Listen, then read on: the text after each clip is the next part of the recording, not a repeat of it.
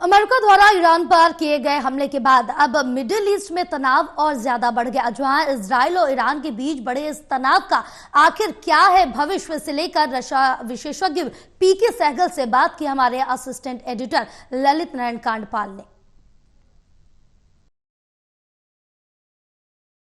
Iran और Israel की लड़ाई के बीच अमेरिका ने जिस तरीके से अपने B-2 बॉम्बर से ईरान की 3 न्यूक्लियर साइट्स पर हमला किया है, उसके बाद एक बड़ी ही तनाव जो है इस पूरे इलाके में बढ़ गया है। अमेरिका ने हालांकि ये कहा है, उसने शांति की अपील की है, लेकिन वहीं दूसरी तरफ ईरान की तरफ से कह दिया गया है कि इसके बाद जो कुछ भी होगा उसके लिए 100% जिम्मेदार अमेरिका ही होगा। आखिर ये पूरी सिचुएशन क्या कह रही है?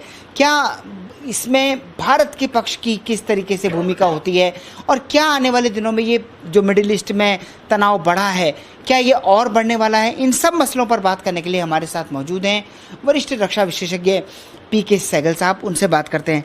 सहगल साहब, मुझे ये बताइए कि जिस तरीके से रूस और चीन ने ये साफ तौर पर कहा था कि अगर अमेरिका इस पूरी स्थिति में कूदेगा तो उसका बड़ा नुकसान होगा, तो क्या अब एक बड़ा नुकसान हम एक्सपेक्ट कर सकते हैं?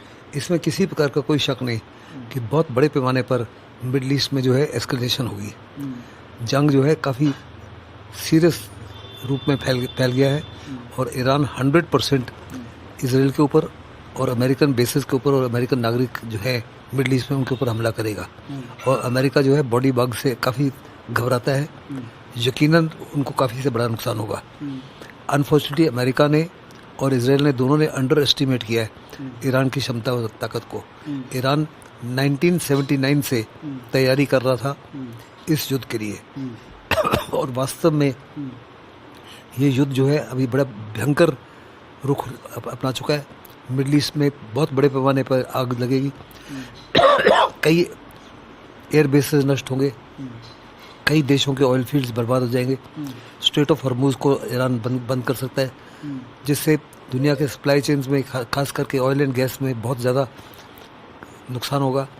ऑयल एंड गैस प्राइसेस अगर स्ट्रेट ऑफ हॉर्मूज बंद कर देता है तो $100 से $120 प्रति बैरल हो सकता है। दुनिया की इकोनॉमी स्लो डाउन हो जाएगी, GDP ग्रोथ स्लो डाउन हो जाएगा। जहाँ तक हिंदुस्तान का ताल्लुक है, हमारा इंपोर्ट और एक्सपोर्ट दोनों महंगा हो जाएगा, क्योंकि इंपोर्ट में फ्रेट चार्जेस बढ़ गए, इंश्योरेंस चार्जेस बढ़ गए। हमारा जो मिडिल ईस्ट में एक्सपोर्ट है और मिडिल ईस्ट और यूरोप में एक्सपोर्ट है, उधर भी फ्रेट चार्जेस 30 से 40 गुना बढ़ गए हैं, 30 से 40% बढ़ गए हैं, जिससे हमारा फिस्कल डेफिसिट और ट्रेड डेफिसिट दोनों में बढ़ोतरी होगी। साथ ही साथ जो है इन्फ्लेशन आ जाएगी। हमारा रूपी डॉलर रेट जो है उसमें काफ़ी से ज़्यादा रुपये में गिरावट आई है।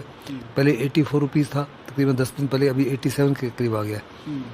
साथ ही साथ हिंदुस्तान का बहुत बड़े पैमाने पर डियास्पोरा है मिडिल ईस्ट में, जो बहुत बड़ी तादाद में रेमिटेंसेस भेजता है हिंदुस्तान में, उसमें भी प्रॉब्लम्स आ सकती है। फिर हमारे बड़े अच्छे इकोनॉमिक ताल्लुकात है ईरान के साथ और बड़े अच्छे ताल्लुकात है मिलिट्री ताल्लुकात इसराइल के साथ। हिंदुस्तान दुविधा में है, हम किसी का पक्ष नहीं ले सकते। हमको छावर चाहिए क्योंकि हमको कनेक्टिविटी मिलती है अफगानिस्तान के साथ में, नॉर्थ साउथ कॉरिडोर के साथ में और सेंट्रल एशिया और यूरोप के साथ में, जिसमें हमारे 25% फ्रेट चार्जेस में गिरावट आती है। साथ ही साथ सप्लाई चेन्स में डिसरप्शन होगा और चार्जेस बढ़ सकते हैं, जैसा कि आपने बताया।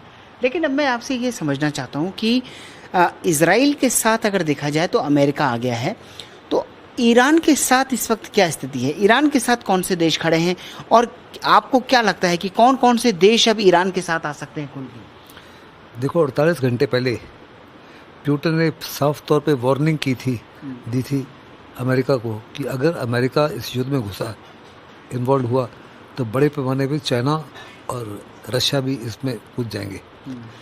48 घंटे पहले रशिया ने, चाइना ने और ईरान ने एक यूनिफाइड कमांड की घोषणा की थी। वास्तव में कहा जा रहा है कि चाइना की तरफ से बड़े पैमाने पर हवाई जहाज आने शुरू हो गए, carrying weapons of various varieties. इस समय ईरान की एयर स्पेस के ऊपर कम्प्लीटली फ्रीडम ऑफ एक्शन है, एयर डोमिनेंस है अमेरिका का और इसराइल का। ये मेरे मुताबिक डोमिनेंस जो है 2 या 3 दिन से जाने रहेगा। रशिया और चाइना जो है ईरान को फ्लड कर देंगे with hand held man portable air defence weapons, जिससे उनकी हवाई क्षमता में काफ़ी से गिरावट आएगी। काफ़ी हवाई जहाज उनके गिराए जा सकते हैं। साथ ही साथ सबसे बड़ा जमावड़ा जो है मिडल ईस्ट में मिसाइल्स का और ड्रोन्स का, वो इसराइल के पास है। कहा जा रहा है कि बड़े पैमाने पे ईरान के पास है। बड़े पैमाने पे इसराइल के लॉन्चर्स को डिस्ट्रॉय किया, उसके बावजूद ईरान के पास हाइपरसोनिक मिसाइल्स हैं, क्लस्टर बॉम्ब्स हैं, जो एक मिसाइल टारगेट के पास पहुंचती है तो फट जाती है हवा में, और 20 क्लस्टर बॉम्ब्स अलग अलग डायरेक्शन में जाते हैं, जिससे बहुत बड़ा नुकसान हो रहा है। और मुझे नहीं लगता किसी भी प्रकार से इसराइल ये जंग जीत सकता है और ईरान ये जंग हार सकता है, क्योंकि मिडल ईस्ट में दुनिया के तकरीबन 35 to 40% एनर्जी रिसोर्सेज हैं। अगर अमेरिका पूरे एनर्जी रिसोर्सेज अमेरिका इसराइल को अपना दबदबा बना लेता है तो बहुत बड़े पैमाने पर नुकसान होगा चाइना को और रशिया को। इस समय रशिया की इन्फ्लुएंस मिडल ईस्ट में ना के बराबर है, थोड़ी सी इन्फ्लुएंस है यमन में और सीरिया में। चाइना की बड़ी ज़बरदस्त एंट्री हो चुकी है सऊदी अरेबिया के माध्यम से और ईरान के माध्यम से, और वो किसी प्रकार से एक्सेप्ट नहीं करेगा कि उनकी इन्फ्लुएंस कम्प्लीटली ख़त्म हो जाए और अमेरिकन इन्फ्लुएंस हो जाए। फिर सेकेंड वर्ल्ड वॉर के बाद में कोई भी जंग, एक भी जंग का मेरे को बताइए जो अमेरिका जीता है। वियतनाम वो केवल अकेला सुपर पावर था, वियतनाम से हारा। जब इराक में आया उस समय मैं अमेरिका में था और पर्सनल विजिट, मेरे को हार्वर्ड के एक प्रोफेसर ने इनवाइट किया, जिसने उन्होंने मेरे को कहा कि हमने स्लेज हैमर के माध्यम से एंट्स को बर्बाद कर दिया है। मैंने उनको कहा जब ये एंट्स आपको काटना शुरू करेंगी तो आपको समझ नहीं आएगा कहाँ भागना है। कि 11 साल के बाद अमेरिका अपनी इज्जत बचा के वहाँ से इराक से भागा। 16 साल अफगानिस्तान में क्या हुआ सारी दुनिया जानती है। तो अमेरिका जो है बॉडी बैग्स एक्सेप्ट नहीं कर सकता, और कोई भी जंग जो है केवल और केवल हवाई हमलों से नहीं जीती जा सकती। और लेकिन अब अगर आपकी मैं बात को थोड़ा और बड़ा करूं, अगर अमेरिका इस मामले में आप कह रहे हैं कि युद्ध नहीं जीत सकता, तो इसमें सबसे बड़ा नुकसान तो फिर इजराइल का होता हुआ दिखाई दे रहा है। इसमें किसी प्रकार का कोई शक नहीं। इजराइल को 4-5 चीज़ों में बड़ा विश्वास था। एक, उनको ज़बरदस्त विश्वास था अपनी हवाई ताकत के ऊपर, दूसरा अपनी इंटेलिजेंस कैपेबिलिटी के ऊपर, तीसरा अपनी टेक्नोलॉजी के ऊपर, चौथा उन्होंने अंडर किया ईरान की कैबिलियत के ऊपर, पांचवा उनको साफ तौर पर नजर आता है ईरान काफ़ी करीब पहुंच चुका है बॉम्ब बनाने के। उनकी इंटेलिजेंस एजेंसी ने कहा कि कुछ ही दिन दूर है, और उनको लगा कि सबसे बेहतर समय ये अभी है जब ईरान के प्रॉक्सी जो हैं हौथी, हमास और हिजबुल्लाह वो कमज़ोर हो चुके हैं। उनको लगा कि इसमें ऐसे में ईरान काफ़ी कमज़ोर है, इस समय उसके ऊपर उसकी न्यूक्लियर फैसिलिटीज़ को भी बर्बाद किया जा सकता है, रजीम चेंज भी की जा सकती है, आयतुल्ला खुमैनी को भी मारा जा सकता है। लेकिन ये सारी की सारी जो है उनकी गलत एस्पिरेशन थी।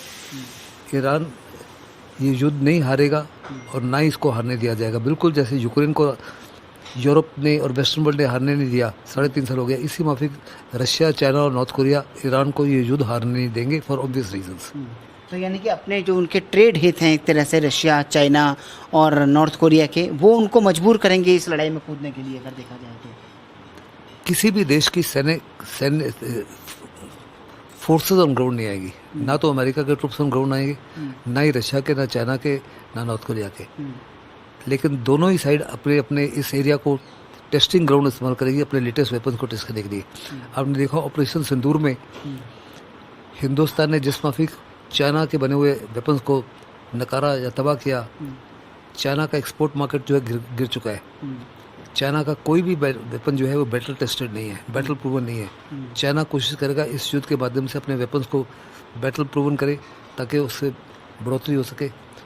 रशिया जो है उसको हाइपरसोनिक मिसाइल देगा, उसको डिफेंसिव मिसाइल देगा ताकि वो अपने आप को सुरक्षित रख सके और अमेरिकन एसेट्स के ऊपर और इसराइल के ऊपर हमला कर सके। और ये लड़ाई बड़ी लंबी चलेगी। मुझे कोई इमीडिएट हल नज़र नहीं आ रहा।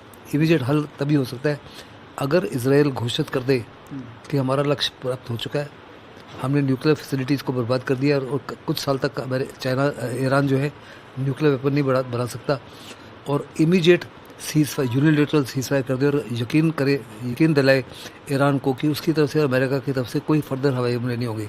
ईरान ने साफ तौर पर कहा कि अमेरिका और इसराइल की तरफ से अगले हवाई हमले नहीं होंगे तो हमारी तरफ से भी जवाबी कार्रवाई नहीं होगी। लेकिन जो अमेरिका ने अटैक किया है उसके विरुद्ध तो जवाबी कार्रवाई 100% होगा, क्योंकि उनकी आबरू और उनकी इज्जत का सवाल है। हमसे बात करने के लिए बहुत बहुत शुक्रिया।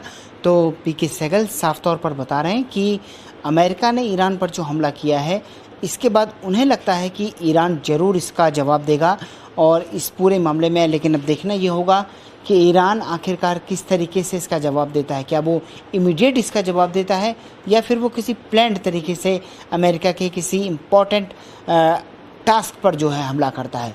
कैमरा पर्सन शूरवीर के साथ ललित नारायण कांडपाल, टोटल न्यूज़, दिल्ली।